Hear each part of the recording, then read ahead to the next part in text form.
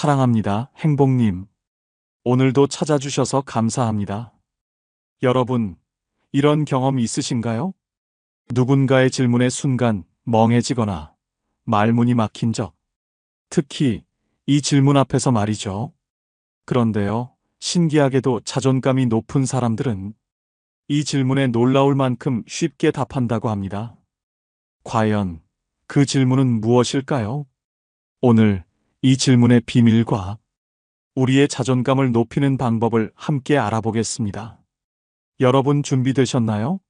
지금 시작합니다. 첫 번째, 당신은 무엇 때문에 화가 나나요? 여러분, 최근에 화가 났던 순간을 떠올려 보세요. 어떤 상황이었나요? 누군가의 무례한 말 한마디 때문이었나요? 아니면 작은 실수가 반복되면서 쌓였던 스트레스 때문이었나요? 우리가 화를 내는 이유는 단순히 외부의 자극 때문만은 아닙니다. 사실 그 안에는 우리가 중요하게 여기는 가치와 미처 풀어내지 못한 감정들이 얽혀 있는 경우가 많죠. 화는 나 자신에 대해 많은 것을 알려줍니다. 나는 어떤 상황에서 감정적으로 흔들리는가? 내가 가장 중요하게 여기는 것은 무엇인가? 이 질문의 답을 통해 우리는 스스로를 더 깊이 이해할 기회를 얻게 됩니다. 왜 화가 나는지를 이해하는 것이 중요한지 아시나요? 심리학에서는 화와 슬픔 같은 부정적인 감정을 마음의 경고등이라고 부릅니다.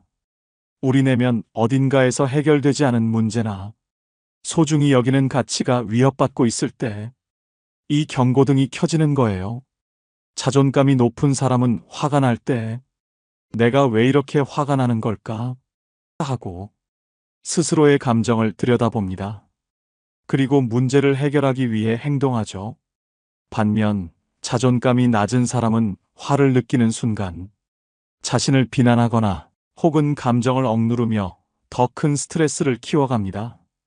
결국 이런 방식은 문제를 해결하기보다는 더 큰 갈등과 후회를 만들어냅니다. 철수 씨는 평소에 쉽게 화를 내는 성격이었습니다.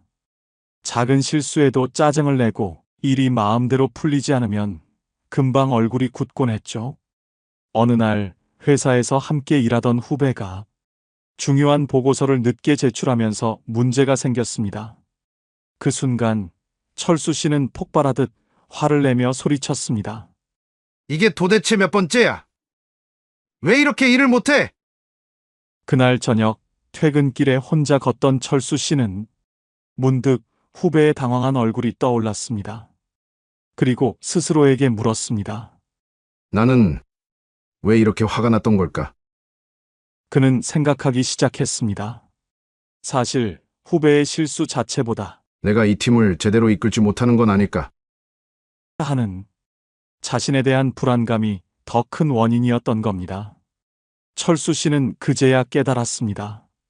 자신이 화를 내는 이유는 타인 때문만이 아니라 내면의 불안과 스트레스에서 비롯된 것이라는 사실을요.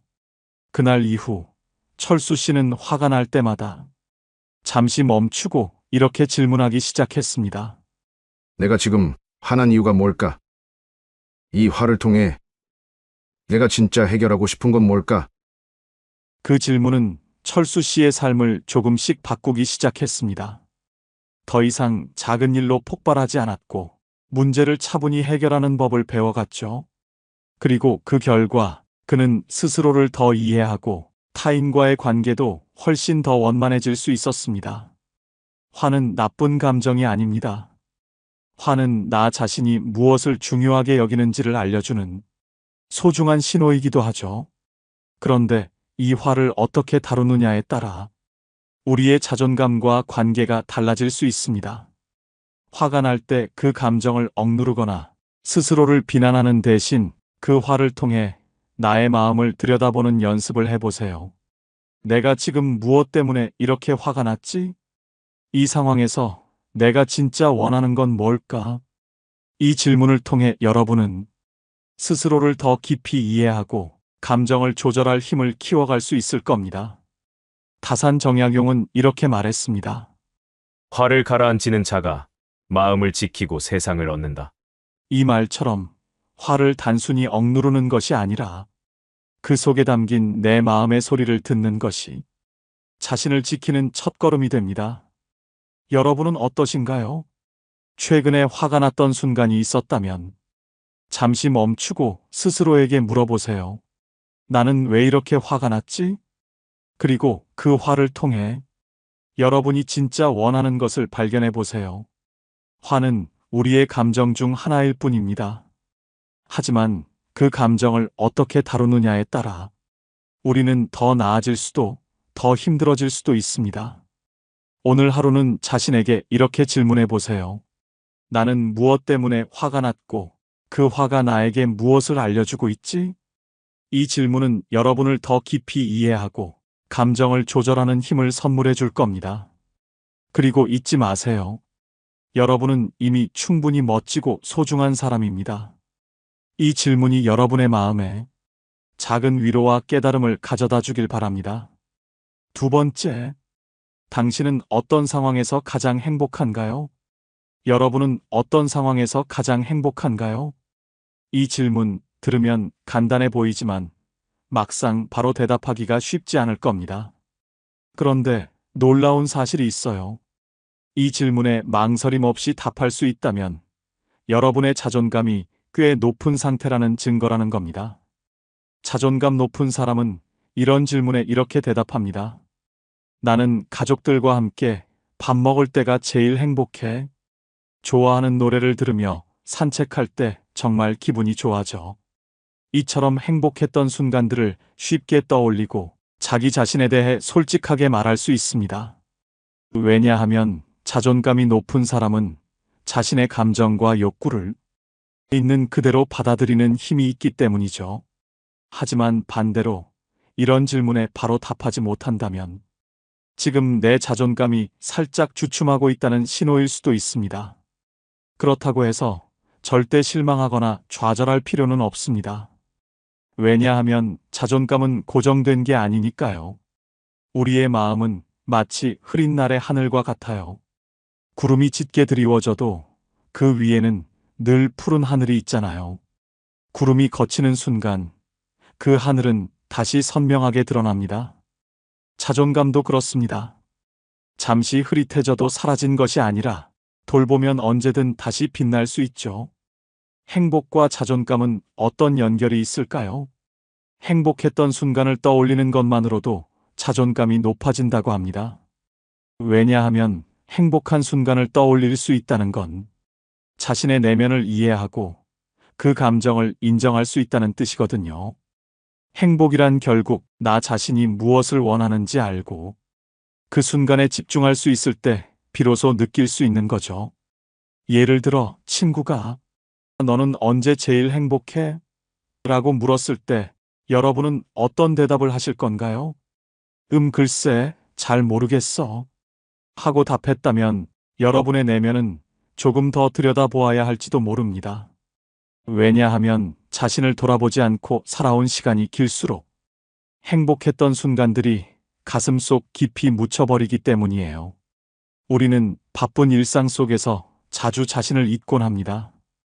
타인의 시선을 의식하며 해야 할 일에 쫓기며 진짜 나의 감정과 욕구를 살피지 못할 때가 많죠. 그래서 이런 질문을 받으면 당황하거나 머뭇거리게 되는 겁니다. 다산 정약용은 이렇게 말했습니다. 마음을 지키는 자는 행복을 지키는 자요. 마음을 잃는 자는 세상을 잃는 자다. 이 말처럼 자존감은 우리의 마음을 지키는 힘이고 그 힘이 있어야 행복을 찾고 지킬 수 있는 거예요. 혹시 지금 이 순간에도 행복한 순간이 떠오르지 않는다면 괜찮습니다. 행복은 늘 특별한 곳에만 있는 게 아니니까요.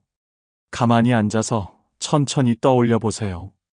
아침 햇살 아래 마셨던 따뜻한 커피 한 잔, 길가의 핀 꽃을 보며 느꼈던 작은 미소, 사랑하는 사람과의 짧은 대화 속에서의 웃음. 이런 사소한 순간들이야말로 행복의 조각이고 자존감의 밑거름이 됩니다. 여러분, 이 질문을 스스로에게 던져보세요. 나는 어떤 상황에서 가장 행복한가? 그리고 그 답을 찾는 과정이 바로 나를 사랑하고 이해하는 시작이 될 겁니다. 오늘은 그 행복을 하나 떠올려 보는 날로 만들어 보세요. 크고 대단한 일이 아니어도 괜찮습니다. 그리고 그 순간이 떠오른다면 그 행복을 꼭 붙잡아 보세요. 여러분은 이미 충분히 멋지고 소중한 사람입니다. 이 질문이 여러분의 마음에 따뜻한 위로와 작은 깨달음을 선물했기를 바랍니다. 여러분의 하루가 더 밝고 빛나길 진심으로 응원합니다. 세 번째, 당신이 정말 원하는 것은 무엇인가요? 여러분은 내가 정말 원하는 것이 무엇인지 생각해 본 적이 있으신가요?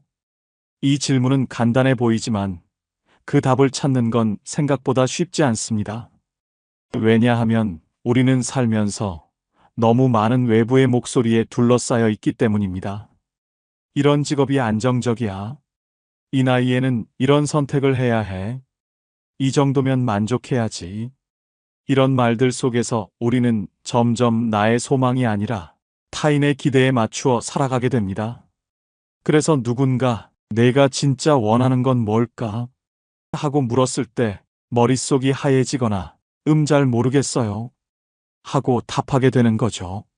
내가 정말 원하는 것을 아는 건 내면의 목소리를 듣는 것과 같습니다. 그리고 이 내면의 목소리는 자존감과 아주 깊은 연관이 있어요.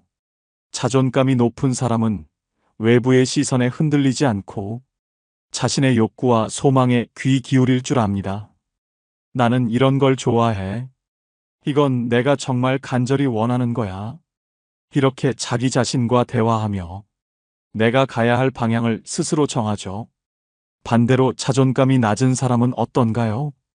타인의 기대에 휘둘리고 내가 진짜 원하는 게 뭘까? 라는 질문조차 두렵게 느껴질 수 있습니다. 왜냐하면 진짜 나의 소망을 마주한다는 건 그동안 숨겨왔던 내 마음을 꺼내 보아야 하기 때문이죠. 영희 씨는 늘 바쁘게 살아왔습니다. 회사에서는 성과를 내야 했고, 집에서는 가족들의 요구를 충족시켜야 했죠. 그러다 보니 정작 내가 정말 원하는 건 뭘까? 라는 질문은 생각해 볼 시간조차 없었습니다. 어느 날 친구가 물었습니다. 영희야, 너는 지금 행복해? 너는 뭘 원해? 그 질문에 영희 씨는 멍하니 아무 말도 할 수 없었습니다. 행복이라는 말도 원하는 것이라는 말도 자기와 너무 멀게 느껴졌거든요. 그날 이후 영희 씨는 결심했습니다. 내가 오늘 좋았던 일은 뭘까? 내가 조금 더 하고 싶었던 건 뭐였지? 이 질문들을 노트에 적어보는 것으로 시작했죠. 처음에는 답을 쓰는 게 어려웠지만 조금씩 자신을 돌아보는 일이 익숙해지기 시작했어요. 그리고 어느 날 그녀는 깨달았습니다. 나는 그림을 그릴 때 정말 행복했었구나. 그때부터 영희 씨는 퇴근 후 10분이라도 그림을 그리는 시간을 만들기 시작했습니다. 그 작은 시작이 영희 씨의 삶을 더 행복하게 바꾸기 시작했죠. 다산 정약용은 이런 말을 남겼습니다.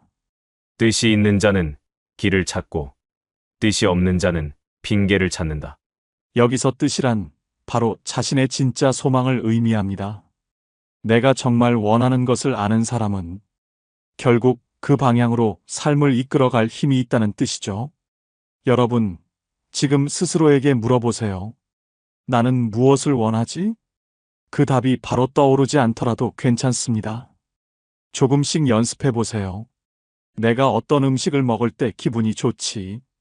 어떤 일을 할 때 시간이 금방 가는 것 같지? 누구와 함께 있을 때 내 마음이 편안하지? 이런 사소한 질문들이 쌓이고 쌓이면 여러분은 어느 순간 진짜 나를 만나게 될 겁니다. 그때 비로소 여러분의 삶은 타인의 기대가 아닌 내가 원하는 길로 나아가기 시작할 거예요. 내가 정말 원하는 것이 무엇인지 아는 것은 내 삶을 온전히 나의 것으로 만드는 첫걸음입니다. 외부의 목소리 대신 내 마음의 소리에 귀 기울여 보세요. 그 답을 찾는 과정에서 여러분은 스스로를 더 사랑하게 될 겁니다. 오늘 하루 스스로에게 이 질문을 던져보세요. 내가 진짜 원하는 건 뭘까? 그리고 그 답을 찾는 작은 실마리를 만날 때 그 소망을 꼭 붙잡아 보세요. 여러분은 이미 충분히 멋지고 소중한 사람입니다. 이 질문이 여러분의 마음에 따뜻한 변화를 가져다 주길 바랍니다. 네 번째, 당신이 실패했을 때 당신은 스스로를 어떻게 대하나요? 여러분은 실패했을 때 스스로에게 어떤 말을 건네시나요? 내가 왜 이렇게 못났지? 아, 정말 나라는 사람은 안 되는구나.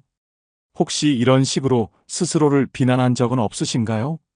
사실 실패는 누구에게나 찾아오는 과정의 일부입니다. 그런데 우리가 실패를 바라보는 태도에 따라 그 경험이 우리를 더 단단하게 만들 수도 반대로 자존감을 더 무너뜨릴 수도 있습니다. 자존감이 높은 사람은 실패를 해도 자신을 무너뜨리지 않습니다. 이번에는 잘 안 됐지만 다음엔 더 잘할 수 있어. 이 실패도 배우는 과정일 뿐이야. 이처럼 실패를 스스로 격려와 응원의 기회로 삼죠. 그런데 자존감이 낮은 사람은 어떤가요? 스스로를 가장 가혹한 비난자로 만들어버립니다.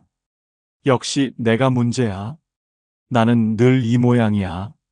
이런 식으로 자신을 몰아세우며 실패를 더 큰 두려움으로 키워갑니다. 철수 씨는 평소에 자신에게 엄격한 사람이었습니다. 작은 실수만 해도 밤새워 스스로를 책망하곤 했죠. 어느 날 중요한 회사 프로젝트에서 작은 실수를 저지른 철수 씨는 팀원들 앞에서 크게 창피를 당했다고 느꼈습니다. 그날 저녁 철수 씨는 혼자 집에 앉아 깊은 한숨을 쉬었습니다. 나는 왜 이렇게 부족할까? 이렇게 해서 내가 더 나아질 수 있을까? 그렇게 며칠을 보내며 점점 더 우울해졌습니다. 그러던 중 회사 선배와 대화를 나누게 되었습니다. 선배는 철수 씨의 어두운 얼굴을 보고 물었습니다. 철수 씨, 무슨 일 있어? 요즘 많이 힘들어 보이네. 망설이던 철수 씨는 결국 실수 이야기를 털어놓았습니다.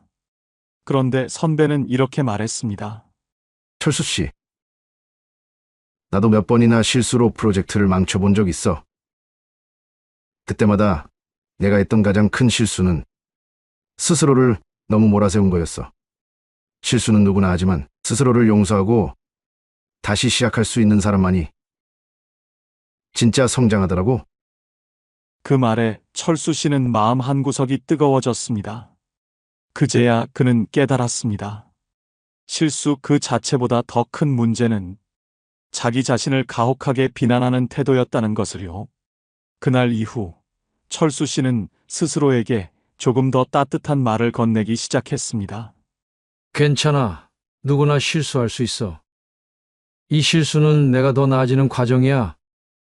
그 작은 변화는 철수 씨를 더 단단하고 자신감 있는 사람으로 바꾸어 놓았습니다. 실패했을 때 스스로를 어떻게 대하느냐는 우리의 자존감 상태를 가장 잘 보여주는 바로미터와 같습니다. 자존감이 높은 사람은 실패를 자기 존재와 연결 짓지 않습니다. 내가 실패했다는 단순한 사건일 뿐이고 그 사건에서 배우고 성장할 기회로 삼습니다. 하지만 자존감이 낮은 사람은 어떨까요? 실패를 자신과 동일시하며 나는 실패한 사람이다라고 여깁니다. 이런 생각이 반복될수록 우리는 실패를 극복하기 더 어려워집니다. 다산 정약용은 이렇게 말했습니다. 마음이 흔들리지 않으면 1000가지 실패 속에서도 한 번의 성공을 찾을 수 있다. 이 명언이 말해주는 것은 실패 자체가 문제가 아니라 그 실패를 대하는 우리의 태도입니다. 스스로를 지지하고 격려할 때 우리는 1000번의 실패 속에서도 단 하나의 성공을 만들어낼 수 있습니다. 여러분은 어떠신가요? 실패했을 때 스스로에게 어떤 말을 건네셨나요? 지금부터라도 자신에게 조금 더 따뜻한 말을 건네주세요. 괜찮아. 누구나 실수할 수 있어. 이번엔 아쉬웠지만 다음엔 더 잘할 수 있을 거야. 이런 작은 위로들이 쌓여서 여러분의 자존감을 더 단단하게 만들어줄 겁니다. 실패는 누구에게나 찾아오는 손님입니다. 하지만 그 손님을 어떻게 대하느냐에 따라 우리는 더 강해질 수도 더 약해질 수도 있습니다. 오늘 하루는 스스로에게 따뜻한 한마디를 건네는 날로 만들어 보세요. 그리고 잊지 마세요. 여러분은 이미 충분히 멋지고 소중한 사람입니다. 이 영상이 여러분의 마음에 작은 위로와 용기를 주었길 바랍니다. 5번째, 당신이 가장 자주 쓰는 말은 무엇인가요? 여러분은 평소에 가장 자주 사용하는 말이 무엇인지 생각해 보신 적이 있으신가요? 우리는 하루에도 수없이 많은 말을 내뱉으며 살아갑니다. 그런데 그 중에서 내가 자주 사용하는 말이야말로 내 마음 상태와 자존감을 가장 잘 보여준다는 사실 알고 계셨나요? 예를 들어 이런 말들 들어보셨죠? 아, 진짜 짜증나. 왜 되는 일이 하나도 없지? A씨, 다 끝났네. 이처럼 무심코 내뱉는 말들이 사실은 내 마음속 깊은 불안과 좌절, 그리고 스스로를 바라보는 시선을 그대로 드러내고 있는 겁니다.